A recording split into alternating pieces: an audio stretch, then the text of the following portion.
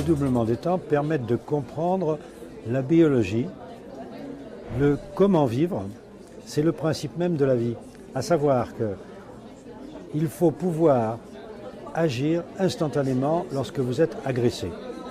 N'importe quelle particule doit pouvoir réussir à stopper une agression instantanément. Alors elle dispose pour cela d'un dédoublement, c'est-à-dire toute particule possède une particule dédoublée qui ne vit pas dans le même temps, mais en un temps tellement accéléré que la particule dédoublée a le temps de faire l'expérience pour la particule initiale. De ce fait, un échange d'informations. Alors il faut imaginer qu'il y ait possibilité d'échange d'informations entre deux temps différents, fait que la particule initiale reçoit une information d'une expérience qu'elle n'a pas eu le temps de faire, mais que sa particule dédoublée a pu faire dans un temps qui, pour elle, existe. Donc voilà le principe de base.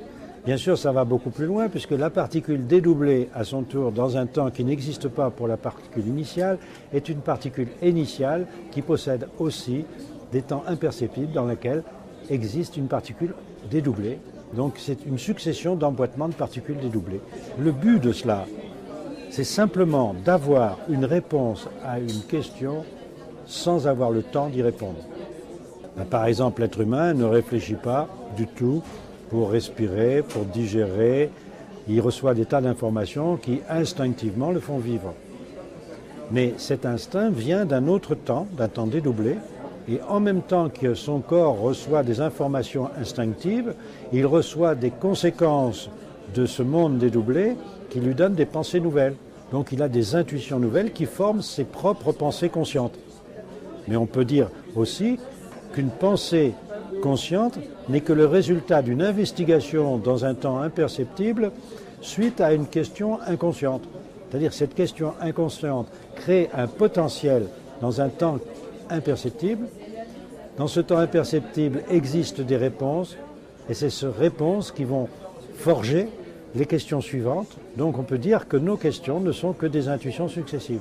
Et bien, le réchauffement climatique, c'est le problème qu'un système solaire comme le nôtre vit en vase clos, système fermé, pendant 25 000 ans.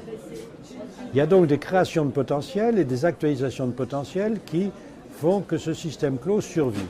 Puis arrive l'ouverture finale sur les espaces extérieurs, en particulier sur les espaces galactiques. À ce moment-là, les échanges d'informations créent des courants d'énergie différents que lorsque le système était clos. Lorsque le potentiel qui a été créé n'a pas été suffisamment actualisé dans un système isolé, il en résulte une perte d'énergie formidable que l'espace lui-même va essayer de compenser. Et le seul moyen qu'un espace ait de compenser la perte d'énergie, c'est d'attirer une masse, car l'énergie, c'est une masse.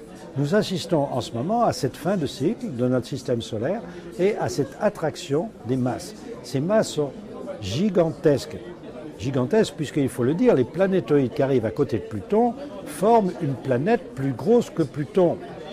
Or, le système keplérien, avec les forces newtoniennes que l'on connaît, fait que nous ne pouvons pas penser que la Terre change simplement parce qu'on modifie son industrie et son agriculture. Regardez un simple exemple qu'on donne facilement, c'est que les pôles de Mars, qui sont des pôles de glace de CO2, fondent. Alors, ce n'est pas l'agriculture martienne ni l'industrie martienne qui font fondre ces pôles. Nous savons maintenant que la Terre commence à rejeter de l'énergie qu'elle n'a pas reçue du Soleil. Ce n'est pas logique. On avait déjà assisté à ça pour les planètes géantes, à savoir que les planètes géantes donnaient une énergie plus grande que l'énergie donnée par le Soleil. Donc on en déduisait qu'elles captaient de l'énergie de l'extérieur. Maintenant, on en arrive à penser que la Terre fait la même chose. Mais cette énergie est une énergie qui est due à un phénomène externe. Alors, pour l'instant, avec les mesures qui sont prises, nous essayons de pallier aux catastrophes probables. On fait du catastrophisme et on donne aux gens le moyen de supprimer les catastrophes. Quand les gens vont s'apercevoir que ces moyens sont insuffisants, ils vont donc paniquer. Et en paniquant, ils vont attirer le potentiel qu'ils ont créé dans le catastrophisme. C'est-à-dire que toute catastrophe déclenche un potentiel de catastrophe qui peut être actualisé le moment où les gens repensent à ces mêmes potentiels. Il est donc bon de prévenir les gens qu'il y a des solutions. Alors si les gens pensent qu'il suffit simplement de modifier la production de CO2 ou de modifier la production de méthane, de changer notre agriculture et notre industrie, ils verront rapidement que ça n'a aucun effet, ou presque, sur ce réchauffement climatique. Alors, ils n'envisageront plus rien. Mais si on les prévient, alors, une fois prémunis, ils sauront ce qu'il faut faire. Et ça sera tellement simple que le résultat prouvera qu'ils sont dans le droit chemin. Par ma pensée, je crée quelque chose. Si j'ai envie de quelque chose, je fais un projet quelconque. Je veux ça. C'est un potentiel. Au niveau des particules, c'est exactement la même chose. Les particules se créent des potentiels. Elles ont une superposition d'états potentiels. Moi, je peux me créer une superposition d'états potentiels. Le problème, c'est que c'est une perte d'énergie. Donc il faut que, pour vivre, je récupère ce potentiel. Mais ce potentiel est collectif. Or, il y a des potentiels que j'ai créés que je ne veux pas actualiser parce qu'ils sont trop dangereux ou stupides. Donc c'est une perte. Maintenant, si je songe que chacune de mes pensées crée un potentiel qui peut être utile, alors n'importe qui voudra actualiser ce potentiel, c'est un gain.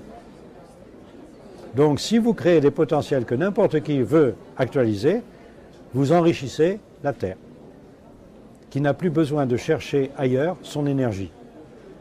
Elle résiste dans le système solaire à la fin du dédoublement des temps galactiques et solaires. En fait, la théorie du dédoublement permet de faire un lien entre l'infiniment petit et l'infiniment grand. Et c'est l'objet d'ailleurs de ma prochaine publication scientifique que de montrer que l'univers suit cette même loi cyclique et que nous en avons la preuve en astrophysique. Il suffit simplement d'y coller la loi.